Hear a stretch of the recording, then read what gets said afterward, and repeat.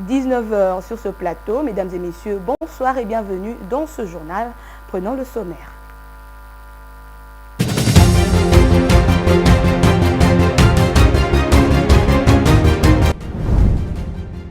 À la une de ce journal, la ministre des Droits humains, Chantal Chambou, a annoncé le lundi 23 septembre 2024, après des échanges avec la première ministre Judith Suminwa, la relocalisation temporaire des jeunes détenus dans les 5 tribunaux pour enfants de la ville de Kinshasa. L'objectif est de remédier aux conditions de détention inhumaines des enfants dans les milieux carcéraux de la capitale congolaise. Le monde entier célèbre ce mardi 24 septembre 2024 la journée des réfugiés, axée cette année sur la solidarité avec les populations réfugiées et sur la création d'un monde où elles sont bien accueillies. La République démocratique du Congo compte plus de 6,3 millions de déplacés internes à cause de la guerre d'agression dans sa partie. Puis enfin, début ce mardi 24 septembre 2024 de la formation destinée aux chauffeurs nouvellement recrutés pour le service de transport de commandes de course, une formation qui arrive en prélude du lancement de Miocar.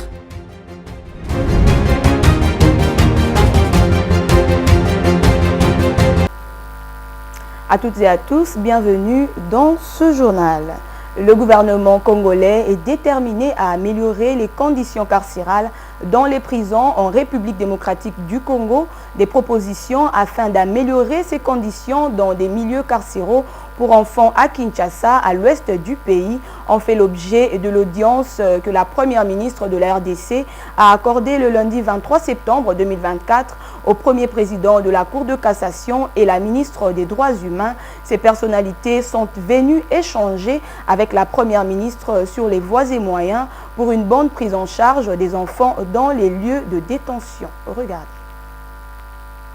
En République démocratique du Congo, les conditions des milieux carcéraux dans les 5 tribunaux pour enfants de Kinshasa préoccupent le gouvernement. Le lundi 23 septembre 2024, la première ministre Judith Suminwa Tuluka a rencontré la ministre des Droits humains, Chantal Chambou, et le premier président de la Cour de cassation, Eli Leondomba Kabea, pour discuter des solutions visant à améliorer ces conditions. À l'issue de ces échanges, Chantal Chambou a assuré que des mesures seront prises pour garantir une prise en charge respectueuse des enfants. Le gouvernement prévoit de rétablir les enfants dans leurs conditions normales, c'est-à-dire on va relocaliser temporairement les milieux carcéraux, là où se trouvent les enfants, on va les mettre dans de bonnes conditions, on va les nourrir, les envoyer des psychologues et tout, donc il y aura une prise en charge respectable. Les enfants doivent vivre dans la dignité. Vous avez vu, quand on a fait la tournée, nous avons constaté qu'il y a vraiment des conditions dégradantes et nous ne pouvons pas fermer les yeux. Le chef de l'État nous a instruits à régler ces problèmes et Madame la Première ministre vient de m'instruire d'aller chercher la solution et avant la fin de la journée que je puisse lui donner des propositions. Le premier président de la Cour de cassation a insisté sur la nécessité de mettre fin aux conditions infrahumaines de détention. Après une tournée que nous avons effectuée dans les 5 juridictions pour les enfants, nous avons constaté que les enfants en conflit avec la loi, depuis le temps qu'ils ne peuvent pas être gardés à Makala, ils sont placés dans des conditions difficiles, infrahumaines, dans les amigos, dans les conteneurs. C'est une situation urgente qui concerne les droits de ces enfants. Et c'est pour ça que nous sommes venus avec Madame la ministre des Droits humains, rencontrer Excellence Madame la Première ministre, pour échanger avec elle sur une solution urgente qu'il faut porter à cette question. Comment trouver un endroit où loger ces enfants qui sont en difficulté déjà avec la loi pour les encadrer et voir comment ne pas dupliquer la délinquance. Le gouvernement prévoit également d'aborder cette question dans les provinces prochainement. L'amélioration des infrastructures pénitentiaires pour une meilleure justice juvénile est une priorité et le gouvernement a inclus la construction et la réhabilitation de ces infrastructures dans son programme d'action. Et la Cour de justice de la communauté des États de l'Afrique de l'Est, EAC, basée à Arusha, en Tanzanie, va examiner au cours d'une audience publique ce jeudi 26 septembre 2024 la requête de la RDC contre le Rwanda pour ses actions perpétrées dans la province du Nord Kivu sous couvert du mouvement rebelle du M23. L'extrait de rôle de l'affaire entre Kinshasa et Kigali a été rendu public le 26 août dernier par la greffe de cette juridiction de l'EAC. Kinshasa y a dépêché le vice-ministre de la Justice et contentieux international qui est à la tête d'une délégation. Au cours d'un point de presse fin août, le vice-ministre de la Justice Samuel Mbemba avait indiqué que la démarche de l'EAC, à laquelle la République démocratique du Congo appartient, fait suite au Front judiciaire international créé par Félix Antoine Tshisekedi, en plus du front militaire et diplomatique, avec la création d'une task force dénommée Justice internationale et la nomination d'un chargé des missions auprès de la Cour pénale internationale. Bien avant cette étape, Samuel Mbemba disait avoir été missionné par la première ministre à Arusha, à la Cour des droits de l'homme et des peuples et à la Cour de justice de l'EAC pour réclamer l'examen en audience publique de la requête de la RDC contre le Rwanda. Il avait demandé que cette affaire soit traitée dans un bref délai, sinon la RDC quitterait cette organisation africaine. Après avoir obtenu gain de cause devant l'EAC, dont le Rwanda est membre, Samuel Mbemba s'était interrogé sur la lenteur de la Cour pénale internationale auprès de laquelle des requêtes ont été introduites il y a longtemps pour la même cause. Et on change de chapitre, une question écrite adressée au ministre des Infrastructures et Travaux publics sur l'arrêt des travaux de la route Renaissance à Kisenso, deux axes routiers d'une importance capitale pour le député national Venance Eyenga Mboyo, élu de la circonscription de Moamba. Auteur de cette question écrite, l'arrêt de ces travaux met en danger la vie des habitants vivant à proximité de cet axe routier, surtout avec le retour de la saison de pluie dans la ville. Viningali Junior. Le député national Venance Eyenga Mboyo, élu de la circonscription électorale de Moamba, veut voir clair sur l'arrêt des travaux de modernisation de l'avenue Kulumba et de la route Renaissance situées respectivement dans les communes de Limete et Kisenso. Il a pour ce faire adressé une question écrite au ministre d'État chargé des infrastructures et travaux publics en vertu des articles 100 et 138 de la Constitution, 178 et 179 du règlement intérieur de l'Assemblée nationale. Cet élu dit avoir constaté cet arrêt des travaux lors de ses vacances parlementaires trimestrielles. Lors de mes vacances parlementaires, j'ai constaté que les travaux de construction de l'avenue Kulumba dans la commune de Limete et la route Renaissance dans la commune de Kisenso, deux axes routiers d'une importance capitale pour les populations de ma circonscription et le développement de notre pays, se trouvent à l'arrêt, peut-on lire dans sa correspondance adressée à ses membres du gouvernement. L'avenue Kulumba qui part de l'avenue Siforko dans la commune de Massina dans l'est de la capitale congolaise fait jonction avec l'avenue de Poids-Lourds dans la municipalité de Limete. Les travaux de sa modernisation lancés fin décembre 2022 et stoppés net avaient pour but de décongestionner le boulevard Lumumba, du reste très sollicité par les véhicules et qui facilite l'accès rapide à l'aéroport international d'Njili en Sélé. La route de la Renaissance, elle, relie la commune de Kisenso avec celle de Lemba, passant par l'université de Kinshasa pour déboucher au rond-point Moamba à l'intendance générale de l'UNIKIN. Les travaux de sa construction entamés en 2020 et salués par les riverains et étudiants de cet établissement universitaire voisin s'y sont vus arrêtés sans raison valable. À ces jours, plusieurs têtes d'érosion y sont ouvertes, des parcelles érodées, mettant ainsi en danger la vie des habitants vivant à proximité de cet axe routier, surtout avec le retour de la saison de pluie dans la ville.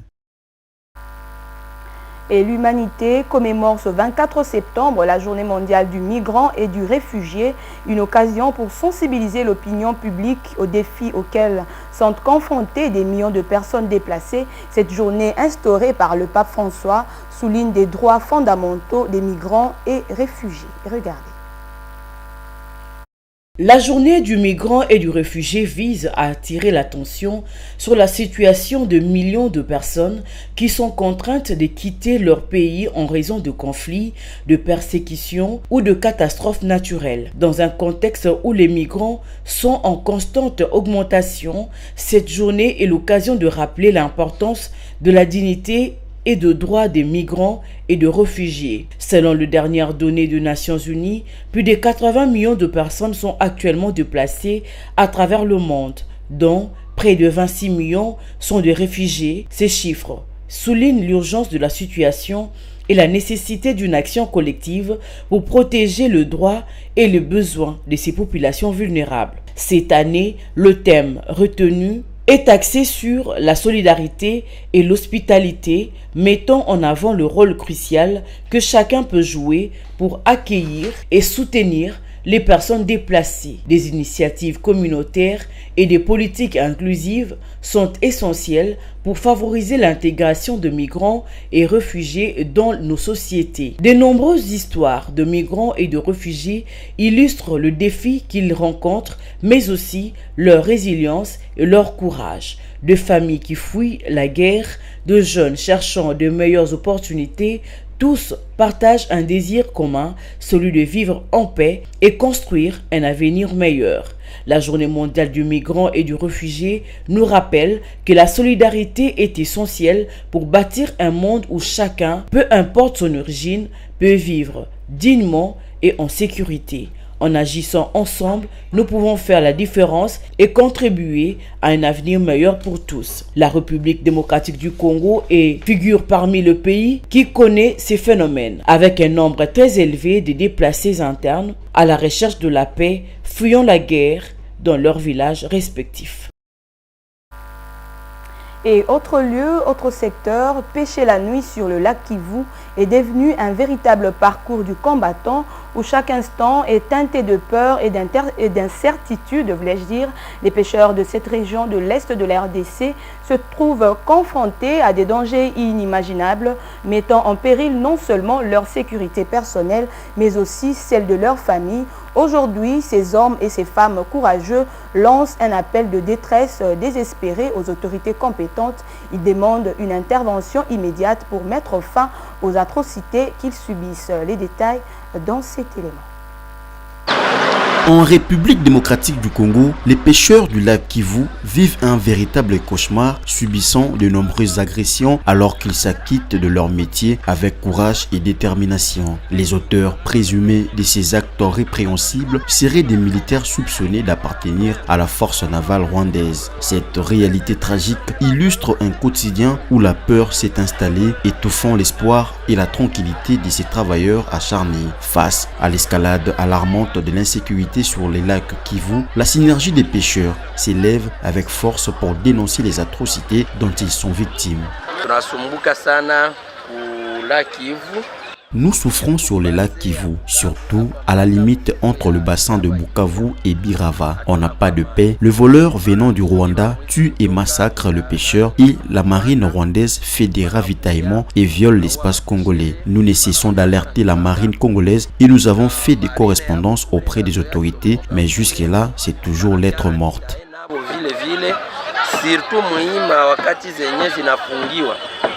Le bilan de ces attaques est lourd. Selon le président de la synergie des pêcheurs, depuis le début du mois de septembre 2024, 6 pêcheurs ont tragiquement perdu la vie, s'ajoutant à ceux qui avaient déjà péri quelques mois avant. Ces attaques, souvent menées en pleine nuit, transforment leur quête de subsistance en une lutte pour la survie. Depuis janvier jusqu'à ces jours, nous avons perdu plus de 33 pêcheurs sur les lacs Kivu. Ces mois-ci, nous avons perdu 6 pêcheurs. Les assaillants venant du Rwanda les attaquent à la machette et on a des difficultés à retrouver les cadavres. Et lorsqu'ils nous attaquent, ils sont munis d'armes blanches et des pierres. Les pêcheurs congolais sont victimes dans les eaux. Ils perdent aussi leurs filets. On ne peut énumérer les dégâts matériels subis. Ces récents cas de tuerie n'est pas un incident isolé. Le pêcheur se retrouve désormais à travailler avec la peur au ventre, une ombre pesante qui les accompagne chaque fois qu'ils s'aventurent dans les eaux, surtout la nuit. C'est pourquoi la majorité d'entre eux réclament la mise en place des patrouilles nocturnes afin de sécuriser les lacs et de protéger les travailleurs du lac. Dans un mémorandum adressé à l'Assemblée provinciale et au chef de l'exécutif provincial du Sud Kivu, la synergie des associations de pêcheurs exprime son profond désarroi face aux risques permanents qui pèsent sur eux. Ils sollicitent le renforcement de mesures de sécurité. D'après le monitoring que nous avions effectué auprès de ces pêcheurs, depuis janvier 2024 jusqu'à ce jour, nous avions déjà perdu 33 pêcheurs et 56 pêcheurs ont été gravement blessés et leurs filets emportés par les militaires rwandais. À notre niveau, en tant qu'élus, nous avons saisi les autorités au niveau provincial pour leur demander de pouvoir renforcer la sécurité sur le lac Kivu et surtout de faire des patrouilles nocturnes en fait de protéger nos pêcheurs parce que le travail qu'ils font, c'est un travail qui nous aide à pouvoir lutter contre le chômage dans notre province. Lors d'un récent meeting populaire, le gouverneur du Sud Kivu, Jean-Jacques Parouzi, a annoncé l'installation de caméras sur les lacs, une initiative qui pourrait marquer un tournant pour la sécurité des pêcheurs. Il reste que cette promesse se traduise en actions concrètes et efficaces. On reste en province, recycler les déchets plastiques à Lubumbashi, chef-lieu de la province du Haut-Katanga au sud-est de la République démocratique du Congo. C'est l'activité à laquelle s'adonne depuis le début de l'année 2024 Pauline Malikia, une jeune entrepreneur habitant cette ville cuprifère. Elle s'y est mise pour combattre la pollution plastique qui est devenue un véritable problème environnemental dans cette province. Cette dame redonne une seconde vie aux bouteilles en plastique usées qu'elle ramasse dans les décharges publiques de la ville en les transformant en mobilier qu'elle met à la disposition du public. Regardez.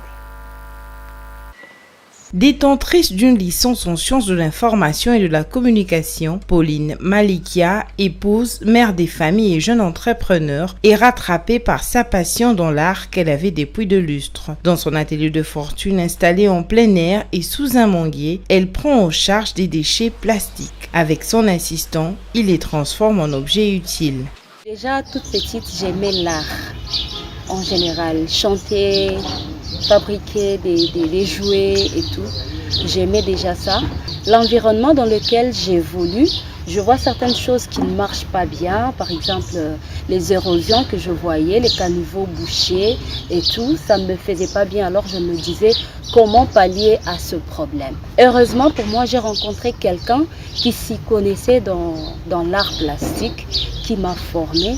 Et j'ai joint les deux talents, alors aujourd'hui je me retrouve en train de donner ou de redorer encore mon environnement grâce à mon savoir-faire. Ce pour donner une seconde vie à ces bouteilles en plastique déjà utilisées et assainir l'environnement que Pauline Malikia s'est lancée dans la lutte contre les déchets plastiques dans la ville de Lubumbashi. Douée des talents et nourrie des grandes ambitions, Pauline ne jure que sur la réussite de cette initiative qu'elle a démarrée pour la voir devenir un grand projet porteur d'emploi et qui constitue une réponse dans la lutte contre la pollution des déchets dans la province du Haut-Katanga. Son regard est également tourné vers les bonnes volontés qui peuvent l'accompagner dans ses ambitions. Et nous allons également dans des rues, surtout des rues où nous savons que nous allons trouver des caniveaux bouchés.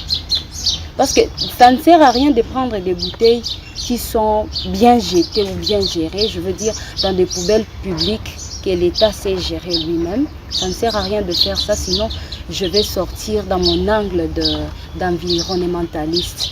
Ce que je fais plus, c'est aider à assainir mon environnement. eh bien, je vais où il y a de la saleté, j'essaye de ramasser cette saleté et de lui donner encore une fois vie, comme vous pouvez le voir. En attendant des lendemains meilleurs, Pauline Malikia met du sérieux et de la détermination dans ce projet de transformation des déchets plastiques en objets utiles à l'ombre sous le manguier en compagnie de son assistant. Et revenons à Kinshasa. Pour garantir un service de qualité à ses clients, Mandico Holding a organisé ce mardi 24 septembre 2024 au siège de la société une formation destinée aux chauffeurs nouvellement recrutés pour son service de transport Mbiocar. Meshak Lofaka et Vitempanzo. C'est mardi 24 septembre. Mandico Holding a lancé une formation intensive de nouveaux chauffeurs pour les comptes de son service Mbiocar. Cette initiative vise à garantir le professionnalisme de tous les chauffeurs. Cette formation donnée par le colonel Kassongo avait 3 objectifs. La première, la maîtrise de l'application. Les chauffeurs ont appris à utiliser toutes les fonctionnalités de l'application, y compris la gestion des trajets, la communication avec le passager et la navigation. En deuxième position, la technique de conduite. Ils ont reçu une formation approfondie sur la conduite sécuritaire et efficace des nouveaux véhicules Mbiocar. En troisième et dernière séance de formation, c'était la qualité du service client. Cette partie de formation est dédiée à l'amélioration des compétences en service client, assurant une expérience agréable pour tous les passagers. Le formateur a insisté sur les techniques de conduite, la gestion des situations d'urgence et entretien des véhicules. Les chauffeurs ayant appris la formation ont exprimé leur satisfaction et leur amour de rejoindre les services Mbiocar. Déjà, la particularité avec Mbiocar est que il y a d'abord l'excellence, le confort, et puis il y a la sécurité du client, ainsi que de nous les agents, les chauffeurs de Mbiocar. En tout cas, soyez sûrs que vous serez en sécurité et puis vous aurez un confort impeccable. Avec cette formation, Mbiocar s'assure que ses chauffeurs sont non seulement compétents, mais aussi prêts à offrir un service de qualité supérieure à tous les utilisateurs. Cette initiative reflète l'engagement de Mbiocar pour l'excellence et la sécurité dans les transports de ses passagers. Et puis on parle Afrique dans ce journal. À moins de 2 mois des élections législatives anticipées prévues pour le 17 novembre 2024, le paysage politique sénégalais connaît d'importantes mutations. Le Parti démocratique sénégalais, PDS, dirigé par l'ancien président Abdoulaye Wade, a décidé de faire alliance avec l'Alliance pour la République, APR de Macky Sall, un mouvement qui a récemment perdu son statut dominant. Commentaire de Diane Mbonga. Cette décision intervient après la dissolution de l'Assemblée nationale par le président Bassirou Diomaye Faye, marquant un tournant politique majeur. Le PDS, qui avait soutenu un autre candidat lors de dernières élections présidentielles, choisit désormais de s'associer avec l'APR pour maximiser ses chances lors de législatives à venir. Le rapprochement entre ces deux partis, qui ont historiquement été des adversaires politiques, témoigne d'une volonté d'unification face à un environnement politique en pleine mutation. Dans un communiqué commun publié le 22 septembre dernier, les deux formations ont exprimé leur désir de créer une grande coalition ouverte à d'autres partis et mouvements souhaitant rejoindre cette initiative. Un des enjeux centraux de cette alliance réside dans la promesse d'assurer des élections transparentes. L'APR et les PDS ont ainsi décidé d'adhérer à l'Alliance pour la transparence électorale, a-t-elle, renforçant ainsi leur engagement à lutter contre les irrégularités électorales. Alors que le parti se prépare à déposer leur liste de candidats, la dynamique politique au Sénégal semble en pleine évolution. Les législatives de novembre s'annoncent comme un moment décisif pour le pays, avec des alliances stratégiques redéfinissant les lignes de front. Cette coalition entre l'APR et le PDS pourrait bien être les débuts d'une nouvelle ère politique au Sénégal, à une époque où la transparence et la coopération sont plus cruciales que jamais. Afrique toujours, pour terminer, le Salon africain de l'aéronautique et de défense a véritablement tenu toutes ses promesses avec des moments forts tels que des sauts depuis des hélicoptères et l'explosion de nouveaux avions militaires du 18 au 22 septembre 2024. L'armée de l'air sud-africaine a fièrement présenté son arsenal sur la base aérienne de Waterkloof à Tshwane, offrant un spectacle impressionnant. Diane Bonga. Ces salons d'exposition a également été une vitrine pour les dernières innovations technologiques comme le chien robot de Boston Dynamics, conçu pour intervenir sur les scènes de crime ou les lieux d'accident. En matière de technologie et du meilleur ami de l'homme, une partie essentielle de notre travail avec Spot, le chien robot de Boston Dynamics, consiste à faciliter les inspections avancées à distance. Ce type d'intervention est particulièrement crucial dans les opérations de recherche et de sauvetage, que ce soit dans le secteur minier ou dans la gestion de catastrophes, où l'armée joue souvent un rôle important. Il est essentiel de pouvoir identifier les risques présents dans la zone tout en offrant un réconfort aux victimes, en leur montrant visiblement que l'aide est en route. Ce qui rend AAD véritablement spécial, c'est effectivement sa capacité à réunir des nations du monde entier autour d'une initiative sud-africaine, voire des pays comme l'Inde, les États-Unis et le Royaume-Uni se rassembler pour présenter leur innovation et partager leurs connaissances est vraiment inspirant. C'est un bel exemple de collaboration.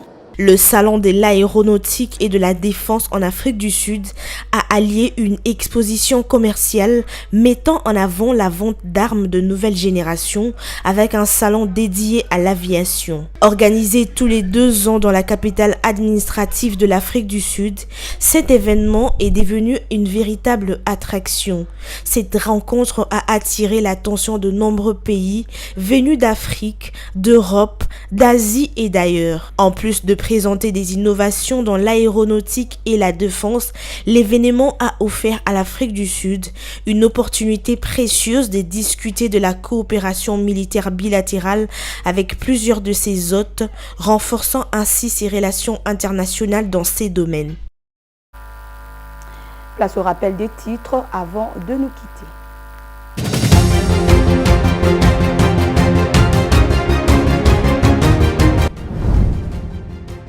La ministre des Droits humains, Chantal Chambou, a annoncé le lundi 23 septembre 2024, après des échanges avec la première ministre Judith Suminwa, la relocalisation temporaire des jeunes détenus dans les 5 tribunaux pour enfants de la ville de Kinshasa. L'objectif est de remédier aux conditions de détention inhumaines des enfants dans les milieux carcéraux de la capitale congolaise. Le monde entier célèbre ce mardi 24 septembre 2024 la journée des réfugiés, axée cette année sur la solidarité avec les populations réfugiées et sur la création d'un monde où elles sont bien accueillies. La République démocratique du Congo compte plus de 6,3 millions de déplacés internes à cause de la guerre d'agression dans sa partie. Puis enfin, début ce mardi 24 septembre 2024 de la formation destinée aux chauffeurs nouvellement recrutés pour le service de transport de commandes de course, une formation qui arrive en prélude du lancement de Mbiocar.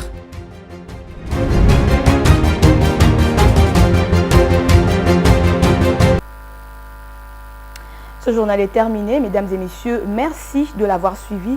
Retrouvez Bijou Mouna demain à la même heure. Au revoir.